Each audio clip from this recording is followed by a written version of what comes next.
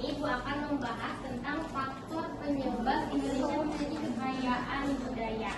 Faktor pertama itu adalah faktor kondisi geografis Indonesia. Nah, Indonesia itu berada di antara dua benua dan dua samudra. Apakah ada yang tahu Indonesia diapit oleh dua benua apa ya? Asia dan Australia. Indonesia diapit oleh benua Asia dan Australia. Lalu yang kedua, Indonesia diapit oleh dua samudra apa ya? Samudra Hindia dan Samudra Pasifik. Betul, Indonesia diapit oleh Samudra Hindia dan Samudra Pasifik. Lalu faktor yang kedua adalah kondisi geografis Indonesia. Nah, karena Indonesia itu diapit oleh dua benua dan dua samudra, maka Indonesia dikenal sebagai negara kepulauan. Di antara pulau-pulau tersebut memiliki ras, suku, agama, budaya yang berbeda-beda. Nah, maka dari itu, hal itulah yang menjadi penyebab mengapa Indonesia memiliki kekayaan budaya. Lalu yang ketiga adalah perbedaan kondisi alam.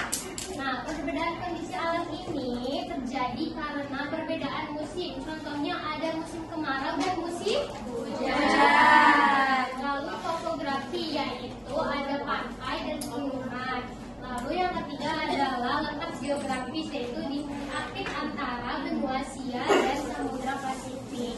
Nah, perbedaan ini juga yang menyebabkan di semua daerah itu memiliki perbedaan mata pencaharian, pola interaksi masyarakat, dan kebudayaan. Contohnya, jika orang yang tinggal di pantai itu biasanya mata pencahariannya apa ya? Nelayan. Pintar.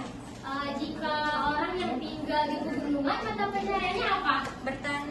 Bertani, betul, Nurul. Nah, jadi setiap daerah itu berbeda. Keempat itu ada keadaan transportasi dan komunikasi.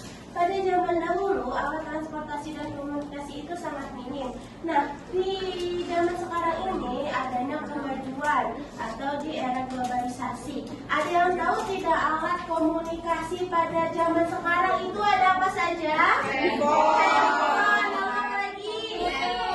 Komputer, laptop, lalu apa lagi? iPad, ada lagi? Televisi, ya, bagus sekali. Nah, sekarang itu alat transportasinya ada apa saja? Angkot, lalu bus, lagi, kereta, apa lagi? Pesawat, kapal, iya. Sekarang itu alat transportasi dan komunikasi itu banyak sekali ya.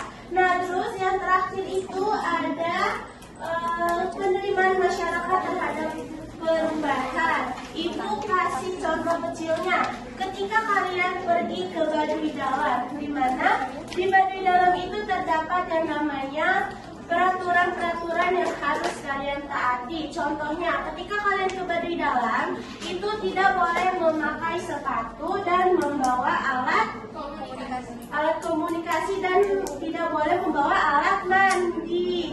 Nah, jadi kalian itu harus benar-benar mematuhi peraturan yang ada di sana. Terus juga misalnya ketika kalian berlibur ke Bali. Nah, ketika kalian berlibur ke Bali itu ada yang namanya Hari Raya Nyepi. Nah, ketika kalian berlibur ke Bali dan ada Hari Raya Nyepi, kalian itu tidak boleh yang namanya menyalakan lampu atau keluar pada Hari Raya Nyepi. Kalau kalian keluar pada Hari Raya Nyepi, nanti kalian akan ditegur atau ditangkap oleh pecalang-pecalang yang ada di Bali. Di sini ada yang tahu tidak pecalang itu apa? Penjaga.